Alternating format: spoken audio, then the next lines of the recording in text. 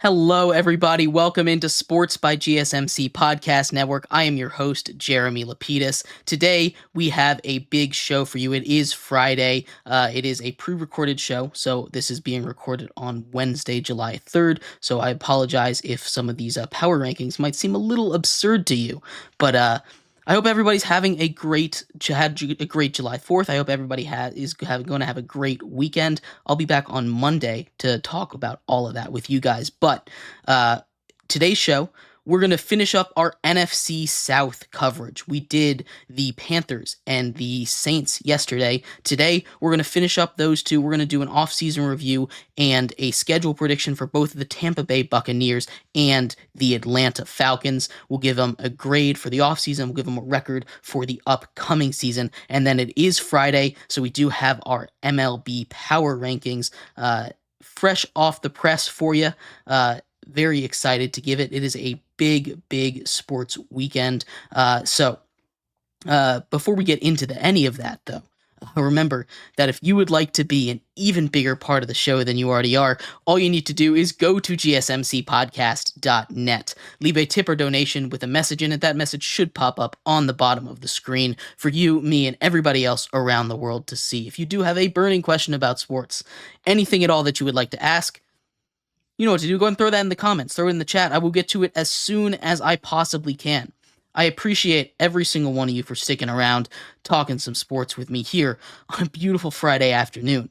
But like I was saying, we are going to start off our show today going over the next team in the NFC South, this one being the Tampa Bay Buccaneers, the defending NFC South champions, coming in after a pretty solid offseason, right? You talk about an offseason where they were kind of in flux. They weren't really expected to make a playoff or win a playoff game last season, and yet they go in, they bring Baker Mayfield, and he is back to the old Baker, the Baker that won a playoff game back in Cleveland, instead of the Baker that we saw leaving Cleveland as he was hurt. You know, he's healthy. He gets paired up with Mike Evans. He gets paired up with the rest of that Buccaneers offense, Chris Godwin and everyone involved, and he does his job, brings them to a playoff in a messy division. I don't expect this year to be too different. We talk about this Bucs offseason. We talk about an offseason where instead of adding, which is something they could have done, they focused on in-house, which is arguably more important. Their biggest moves this offseason were re-signing players. Players like Baker Mayfield, players like Mike Williams, players like Levante David. These guys, Jordan Whitehead, these guys that they had to bring back in to be a successful team, right? This is what happens. They were coming back from a really obviously a great run with Tom Brady, and they immediately give it off to Baker Mayfield, and he exceeds expectation. And that's now the expectation is a little bit higher for them. We'll see what they did outside of just re-signing those guys. And let's start off in the draft, because that's where the offseason really begins for everybody. Excuse me. Round one, they grab Graham Barton out of Duke, and I think, that is a great pick. He's a guy that can play center. He's probably going to play center here for the Buccaneers on the depth chart. They have him listed as a center, and he's a guy that was probably the best interior offensive lineman prospect coming out of college. In the second round, they get an edge rusher. You know, after you lose a guy like Shaq Barrett, you need more rushing, and getting a guy in Chris Braswell, who comes out of Alabama in the second round, is a good work, and is a good pick. And outside of that, they got more depth. Tyke Smith out of Georgia, again, blue chip school, position of need. The rest of them is just a bunch of flyers, and I like their draft. It wasn't anything crazy, but they did a good job with the picks that they had. They had an extra third and no fifth. They just had your standard 7 picks. I really love Graham Barton, though, and I think that's going to be a huge addition, as they pair him up with Tristan Wirfs, who was a great draft pick just a couple of years ago. This offensive line is going to be really good. Tristan Wirfs on left tackle, Ben Bredson at left guard, Graham Barton there at center. Cody Mach and Luke Godecki.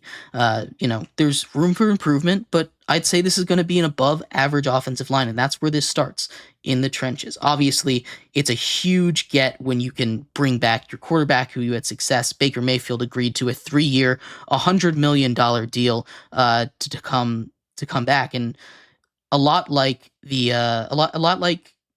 Giants deal with Daniel Jones. It's basically just a 2-year deal.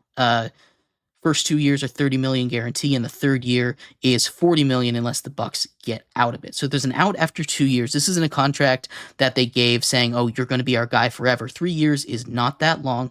They also were able, with a relatively smaller QB deal. Now they still did pay him $100 million, right?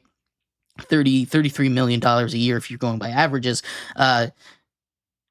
They still did pay him a lot of money, and he deserves it for bringing back the team. But the real key to this, outside of bringing Baker Mayfield back, is you're also able to bring back Mike Evans on a 2-year, $52 million contract. 26 million. It didn't reset the market at the time, and it still isn't resetting the market. We've seen the wide receiver market explode since this deal happened. They were smart to get this early.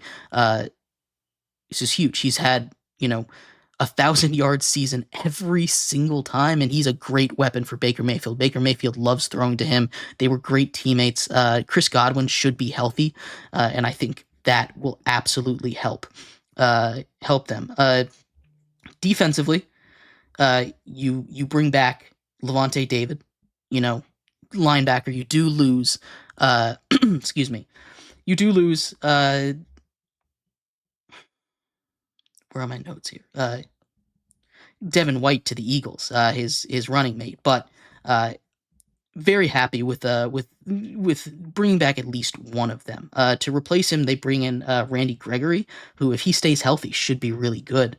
As a pass rusher there. The spot that I'm a little concerned about, and I like what they did at safety, franchise tagging Antoine Winfield Jr. It's not ideal for Antoine Winfield Jr., but being able to get him back for at least another season and then pairing him up with Jordan Whitehead, that was a huge addition for them. The interior defensive line is going to be elite. You have nose tackle Vita Vea, who Vita Vea is awesome at stopping the run, great at getting pressure up the middle. You pair him with Kalijah Kancey. If they get both of them on the field at the same time, that's a lot of body to move in the run game, and it's going to be tough to run against those two. It's tough to run against Vita Vea alone.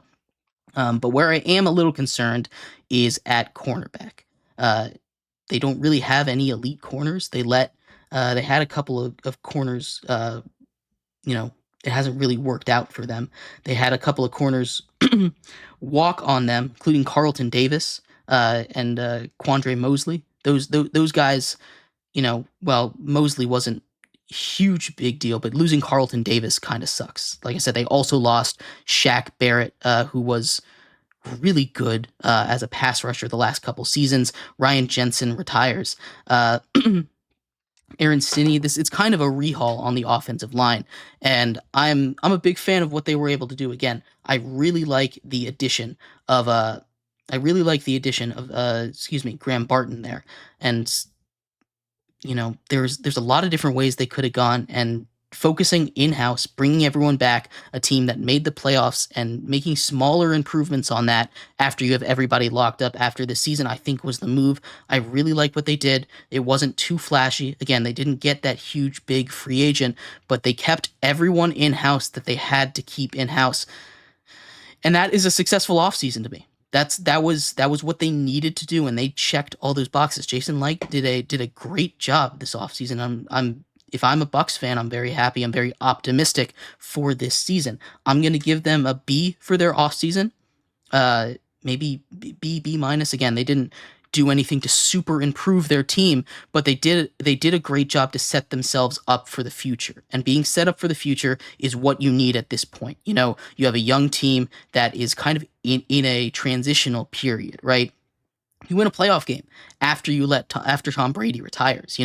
That's unexpected, and you're able to adapt to that success and keep everybody there. And I'm very impressed by what the Buccaneers were able to do this offseason, so I will be giving them a B for their offseason grade. In our next segment, we're going to take their nice offseason, an offseason that pretty solid, and go over their record. Going to go game by game, give them a record prediction, see if they'll make the playoffs, repeat their success from last season, as winning a playoff game. So we'll talk about all of that and more with the Buccaneers coming up next here on Sports by GSMC Podcast Network. Welcome back to Sports by GSMC Podcast Network. I am your host, Jeremy Lapidus. If you were just tuning in, we've just gone over the Tampa Bay Buccaneers off-season.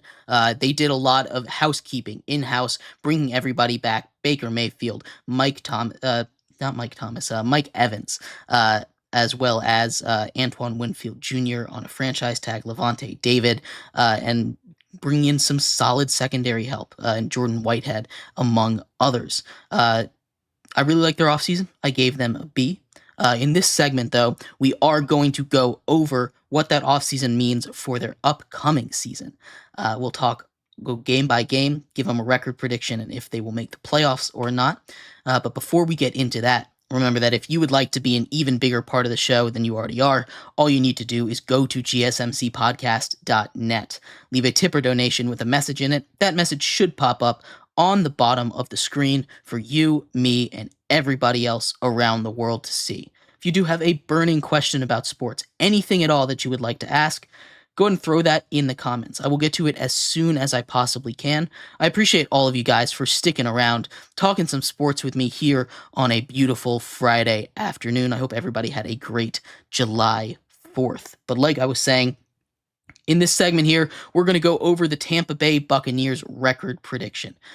We did one for the Panthers, and we did one for the for the Saints last episode. We're moving on to the Bucs here. Just an update for you. So far in this division, we've got the Panthers at 5-12 and the Saints at 6-11. Buccaneers come in off of winning their division, winning a playoff game at home against the Eagles, a huge success of a season for them, looking to see if they can continue to back that up with week 1 against the Washington Commanders. Washington, I also really like their offseason. They got a rookie quarterback in Jaden Daniels, and all reports are that he's doing great. They did a okay job of addressing the secondary. That's going to be their biggest weakness, and because of that, I think Mike Evans is going to feast week 1 against them. Chalk him up for 2 touchdowns, 150 yards. There's not a guy on that Commanders defense that can really stop him. As far as passing goes, I'm giving the Buccaneers a win here, starting off the season. It's just a bad matchup for the Commanders. I do like this Commanders team, though. But the Bucs start off 1-0, a good start for them. Then they go up to Detroit, take on the Lions. The Lions, a team that a lot of people think has Super Bowl aspirations, and I wouldn't really disagree with them. The Lions, they signed Jared Goff. They're another team that took care of their own. They signed everybody in-house that they needed to, while also adding at places that was needed to their draft. Again, we'll get into all of that when we talk about the Lions, but they think they really did a good job drafting at positions of need. And the Lions are going to win this game. Their defense is improved. Their offense is already great from last season, and I don't see that much changing. So 1-1 heading into week 3 against the Denver Broncos. And the Denver Broncos, I keep saying it, I think are going to be one of the worst teams in the league, if not the worst team in the league. I have the Bucs taking care of business there at home against the Broncos, especially so early.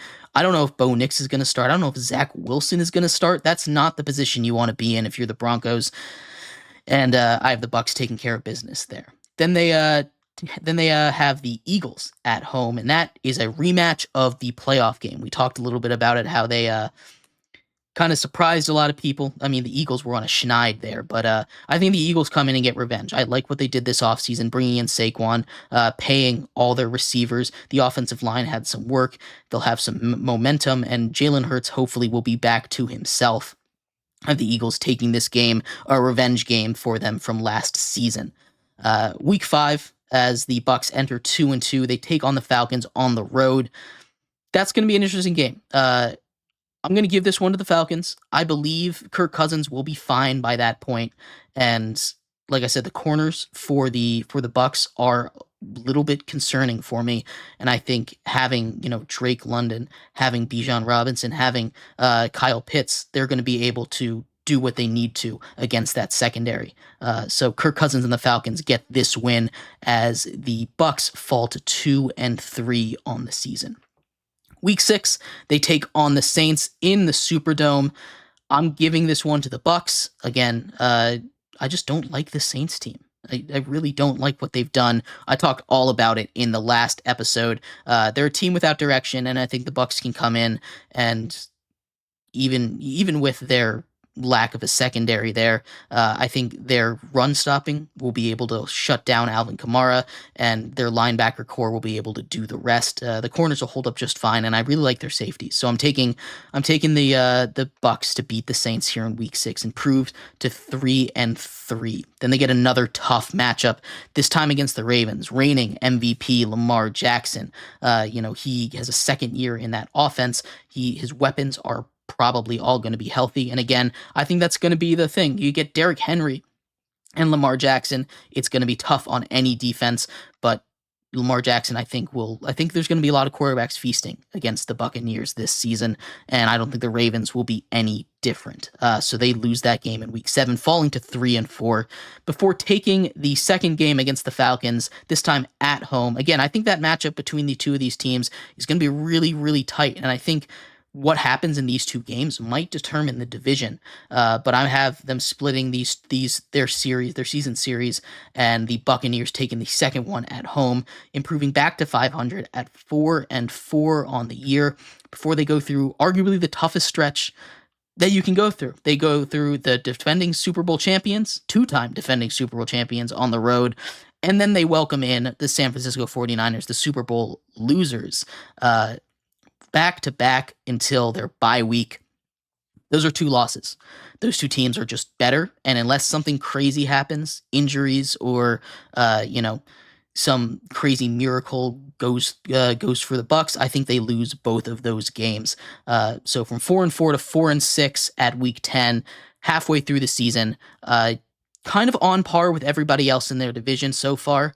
And then they get their bye week, a nice chance to rest. Having a bye week here around Week 11 is going to be nice as you gear up for a stretch down the rest of the year where you've gone through almost all of your toughest games. If you're a Bucks fan, if you're the Bucks, right? The rest of your schedule consists of the Giants on the road, the Panthers on the road, excuse me, the Raiders, the Chargers, the Cowboys, the Panthers again, and the Saints. So there's only a couple of tough games in that schedule. Being able to stay close to 500 in that first stretch of the season, I think is going to be super important because I think they'll be able to clean up a good amount of teams here in the back half as long as they're performing to where we expect them to. And that starts off against the Giants, my New York Giants. They're going to win this game up in New York. Coming off a bye week, it's just not really close. Both of these teams actually will be coming off a bye week here, but I think the Bucks are a better version of the Giants.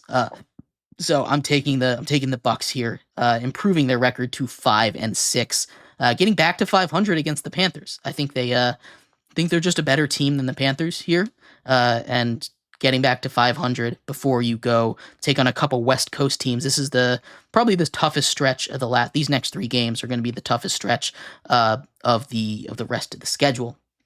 And this one against the Raiders, I think could go either way.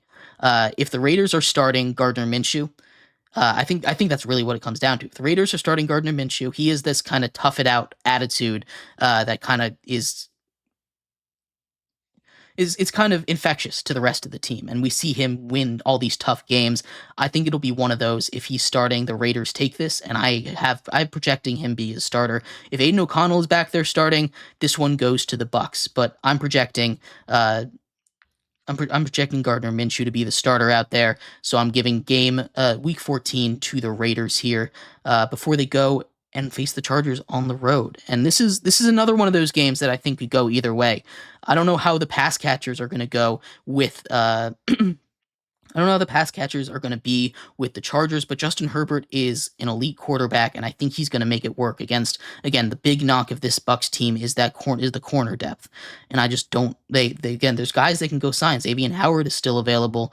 Plenty of these older corners that they might be able to go add, but right as it stands right now, I'm giving the Chargers a win here. Another tight loss for the Bucks as they fall to 6-8 on the year before facing the Cowboys. And again, same story, different team. This one's on the road again. CD Lamb's going to cook, and I think the Cowboys are going to take this game as well. So heading into the final stretch, the excuse me, the Bucks are now 6-9 on the year, kind of on the bubble for the playoffs. You know, they win these next two, they might be able to compete for the division. They get the Panthers. That's a gift, giving them a win there because these are must-win games from here on out. They're now 7-9, and don't want to spoil it, but this game could be for the division, depending on how the rest of the season goes for the other teams here. But 7-9 heading into Week 18, taking on the Saints, and I just feel like the Saints are going to play spoiler. Back home, playing a team that is kind of mediocre can be Jekyll and Hyde one day, Jekyll one day, Hyde the other. I think the Saints take care of business on Week 18, putting the Bucks at a 7-10 season, a little bit disappointing, one game back of where they were last year. And I think that's going to push them out of the playoffs. Again, I think it all is going to come down to Week 18 as long as everything goes exactly how I wrote it down. It's going to come down to Week 18, but this Bucks team, while this would be a little bit of a disappointing season, I do think that 7 wins is kind of on the lower end of where they could be.